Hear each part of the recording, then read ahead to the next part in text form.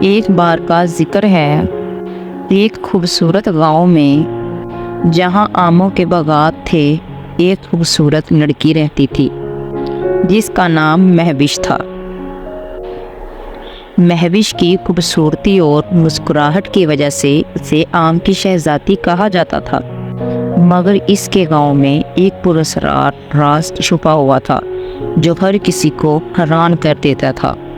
ایک دن گاؤں کے بزرگ نے مہوش کو بلایا اور کہا، بیٹی، تمہارے خاندان کی ایک قدیم داستان ہے جو تمہیں جاننا ضروری ہے۔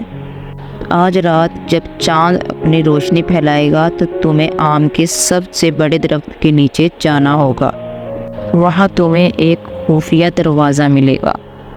مہوش نے رات کا انتظار کیا۔ جب چاند نے اپنی روشنی پھیلائی تو وہ آم کے سب سے بڑے درخت کے نیچے چلی گئی۔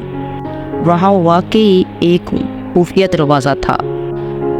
مہوش نے دروازے کو کھولا اور اس کے سامنے ایک لمبی سرنگ تھی۔ وہ ہمت کر کے اندر چلی گئی۔ سرنگ کے اختتام پر ایک خوبصورت باغ تھا جس میں بہت سارے آم کے درخت لگے ہوئے تھے۔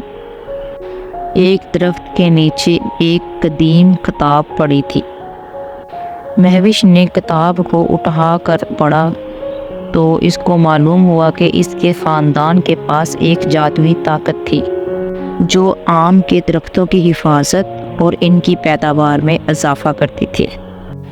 اسی وقت ایک بوڑھا شخص ظاہر ہوا اور بوڑھے شخص نے کہا، مہوش، تم اس خاندان کی وارث ہو۔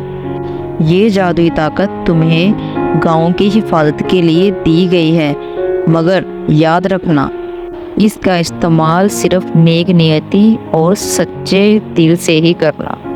مہوش نے کتاب کو سینے کے ساتھ لگایا اور واپس گاؤں کی طرف چلی گئی۔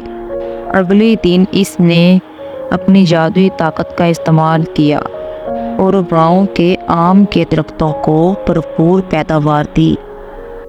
گاؤں والے خوش ہو گئے اور مہوش کا شکریہ ادا کیا۔ مہوش نے اپنی زندگی گاؤں کی بھلائی اور حفاظت کے لیے لگا دی۔ آم کی پیداوار میں اضافہ ہوا اور گاؤں خوشحال ہو گیا۔